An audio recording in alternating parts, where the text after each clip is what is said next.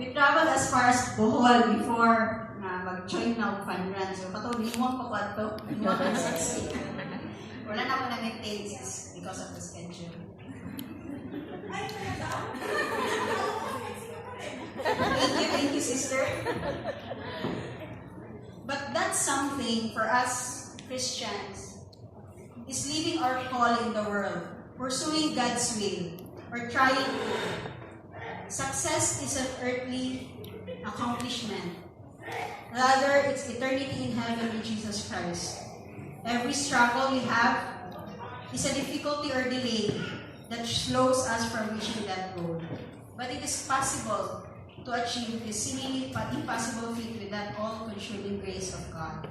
It is possible to persevere in faith in a world despite plenty of trials and sufferings, despite our own sin and weakness. The saints have proven such.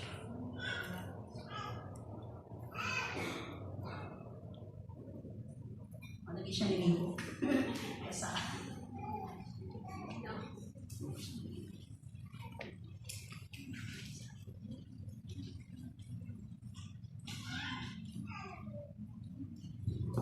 Perseverance in what ways? First is knowing God's will. I consider this as first level in persevering. No, sisters, we are blessed. We are in the community. We have established a personal relationship with God through CYA, Lingkod, or Tilo. But let us ask ourselves, are we desiring more of God? Kontento na ba ta sa atong level of commitment right now? Let's go back to the time when we said yes to the Lord through CLS. We have that zeal, that grabbing inspiration to serve. Saint Gregory the Great says, when the soul becomes involved in earthly cares, it becomes hardened against heavenly desire.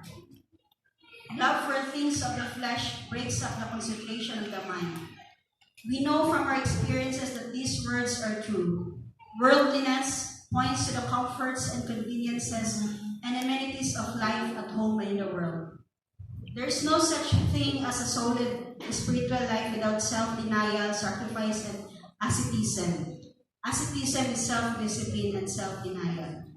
We are just building on sand and not on rock. Love for things of the flesh blunts the mind's cutting edge. We must remember that these sacrifices, whether they are emotional or physical, are helping to sanctify our souls. Should be willing to pick up that cross, unite to Christ, and carry it.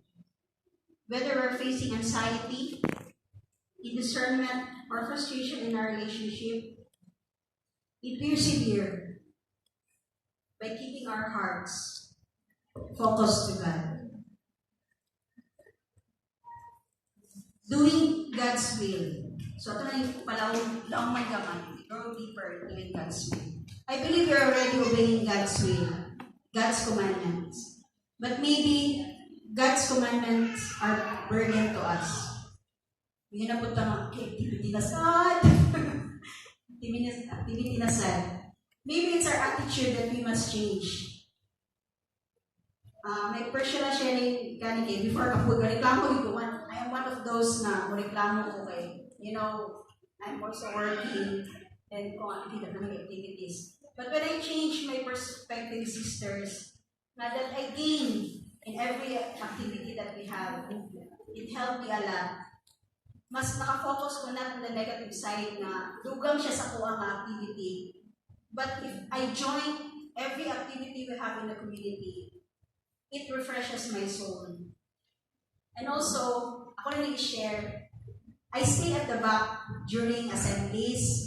So, kanang maka-observe ko because I'm taking care of self. And mga tinong sa katong mga bata, mga ako'y nasa yung lugar na tuwad sa mga bata. I stay at the back during assemblies. So, makikita din na ako na mostly, I observe na mas dali kita makachika bitaw, gabi na nata sa likod. So, ma-observe ko na ako nga, usahay kanang dinata maminaw sa kanang especially the input of our coordinator. And sayangan kay ko ba nga, muna ka lang pinaka-important importante, although every schedule ka is importante ba siya, but kaya itong pinaka-importante, mga siya itong baon for the soul, for our soul for that week. Sayang kayo nga, dili na to siya magpinawan. So, it's about persevering in listening. No, sa inang kita, ating ikaw ng millennials na wala ko kay focus. Dili na siya negative ha. Kaya po ng millennials tapos may, but wala ko kay focus. So, it's to persevere in listening, especially to our leaders in the community. We must remember that these sacrifices, whether emotional or physical, are helping to sanctify our souls. Should be willing to pick up that cross, united to Christ, and carry it. Let's grow more deeper through obedience to God's will. We desire holiness. We desire to be radical Christians, deeply rooted in Christian faith. So, palawan bigit nato siya from kapulo na ta nga ang will ni Lord, kasi we want to follow pagani, di ba? Then, next is obeying God's will. We obey His commandments. But let's go more deeper through desiring holiness, being radical Christians, deeply rooted in faith. We obey our community leaders, even we complain. Pero sometimes na, diba sisters? Knowing, believing that they can guide us. They have that wisdom from God. Why is it that sometimes we experience a feeling that something is lacking? Today, for the end time, we hear the word of Jesus. Unless your holiness surpasses that of the scribes and Pharisees, you will never enter the kingdom of God. This can be read as, unless your discipleship surpasses that of the scribes and the Pharisees, you will never enter the kingdom of God. There is a sense of discontent because we have not been radical in our discipleship. To be radical in discipleship means to make our lives a burning fire and thus inflame those who encounter. So, magtakuray kita ng fire deep in our hearts atong itatod sa atong mga sisters. We have to be so radical as to die to ourselves. Anong dili pa man na radical? Because our relationship with God is not radical enough. We love God this much. Yan na pa siguro atong love. Our love for God is not strong enough to make us crucify our flesh with all its passions and desires, because our hearts are still restless.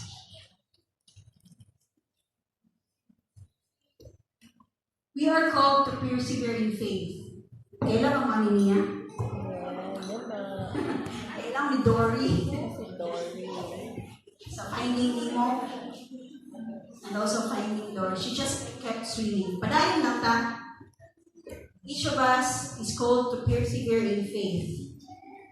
Let us draw near to God with a sincere heart and the full assurance that faith brings, having our hearts sprinkled to cleanse us from a guilty conscience and having our bodies washed with pure water. Let us continue encouraging one another.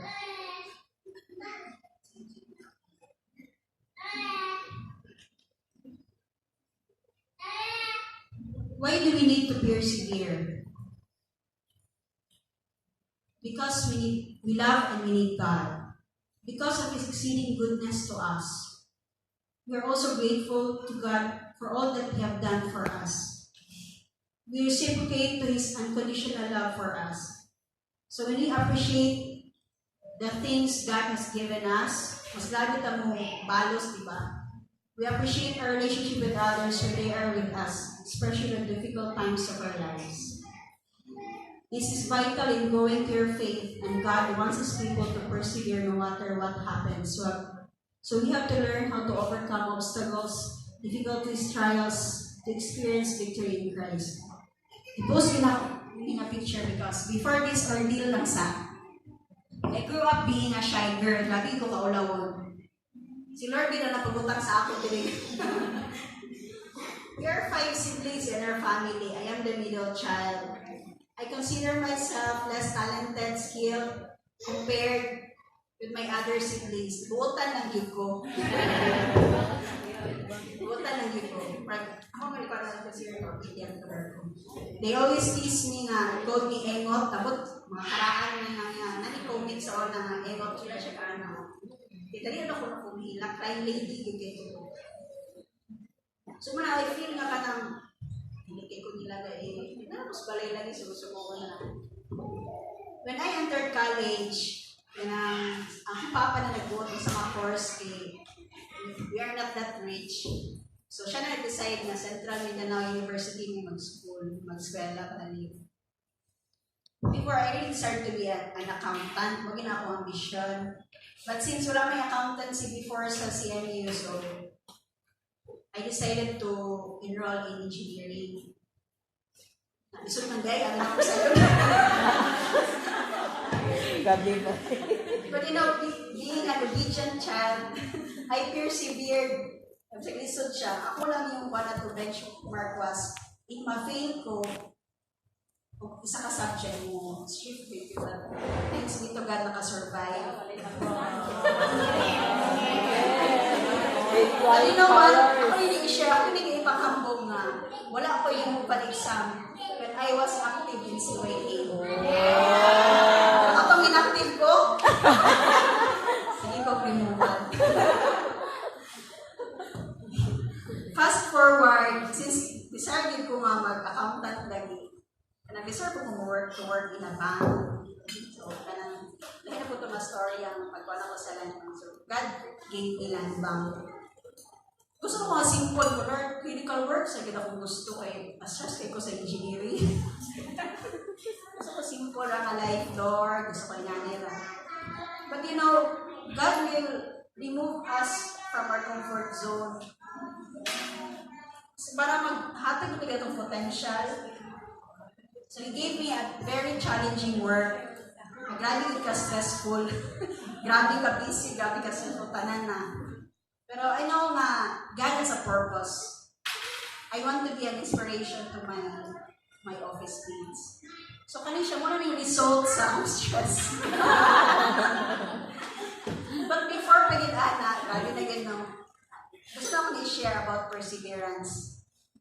Before that, I was able to experience 5 pregnancies, where 2 were considered failed pregnancies. Blighted na ko siya. And then, nakaagin ako, tanan nga mo mga physical pain, normal delivery, duha ka CS, injecting insulin kay consent, nag-gestational diabetes, mga po. So, magabi na gito my experience. And then last year, undergo lang ko major operation because of the removal of my myoma. Because that time, nagdako na gid siya. So I was advised na i-remove na gid siya. So it was very difficult for me nga, another major operation ako. But, you know, God has sustained me, sisters, na kumino sa grabe na gid ako nagian. Pero si Lord gid ang naguban sa ako. God is with me. The sisters were with me and still with me right now, supporting me. So, I persevered because I know God has a purpose for all that I have experienced. And then lately po nga kanang sa work, hindi ko mawala ang stress. But you know, God is reminding us to pray at all times, with all prayer and supplication, to that end being alert at all. No excuses, no ifs, no buts. Even if I am busy, I decide to join activities in the community. I decide first thing in the morning to pray, because it will be my fuel for that day. Magluya ko kung wala akong prayer time. We'll always be busy, we'll always have excuses, but we have to decide to follow God wholeheartedly. We persevere not for our own motives, but for God. Perseverance, not for our own desires, but for the will of God. Not focusing too much on the earthly promises anymore. Be joyful in hope, patient in affliction. This was last September 2016 recollection. Ang katunayan ha, nakashare ko about postpartum depression. Thank God I survived. That was 3 years ago. There are still plenty of challenges and trials right now. I still cry, but more stronger than before because of my relationship with God. God has given me the grace of perseverance. This is our MWG. Pataas din mo niya mga members. Looking back, sisters pa, for 17 years naman po ko sa community. 17 years and counting by God's grace. God is with us always in happiness and sadness. Our family will hurt us. Our community will disappoint us. And for me, sometimes my office mate will abandon me. They are not perfect. We are not perfect also. We commit sin, but let us not focus on each other's imperfections. Only God is perfect. Still, we continue to decide to love God, to love others every day. Let's never tire of doing what is good. In Luke chapter 21 verse 19, stand firm and you will win life. Perseverance isn't just pressing on when the road gets rough. It's expression of our faith. Let us pick up our crosses joyfully, cherishing them and carrying them with the help of Jesus. Jesus, who is the leader and perfecter of faith. Whether we're experiencing strife in our vocation, circumstances, or stage of life, or are struggling to continue forward in faith, we indeed fix our eyes on Jesus, who persevered on the cross before us. Let us implore His help in running our race, trusting that with our self-surrender, we will indeed perfect our faith and give us the grace to persevere. Amen. Thanks be to God.